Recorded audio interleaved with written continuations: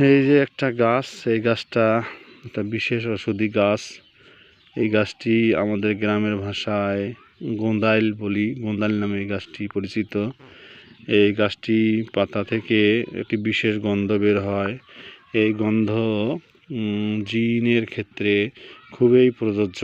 জিন ধরা রোগী যদি পাগলের মতো উন্মাদ হয়ে যায়, পাগলামি করে, জিন যদি সহজে ছেড়ে যেতে না চায়, তাহলে এই গাছের তিনটি পাতা এভাবে তিনটি পাতা নিয়ে রোগীর নাকের কাছে এইভাবে ডলা দিবেন।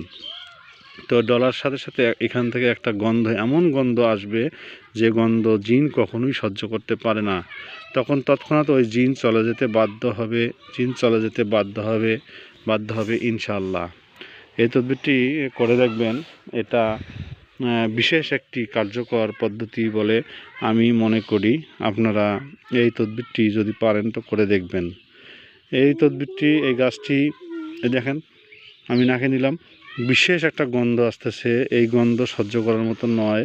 এটাকে আমরা গ্রামের ভাষায় গোন্দাইল বলি। তো এই গাছটি ওষুধি সম্পন্ন গাছ। এই গাছের শিকড় দিয়েও ওষুধ তৈরি করা হয়ে থাকে। তো এই গাছটি খুবই উপকারী। ধন্যবাদ। সকলে ভালো থাকবেন, সুস্থ থাকবেন। আল্লাহ হাফেজ। আমার চ্যানেলটি ভালো লাগলে সাবস্ক্রাইব করুন।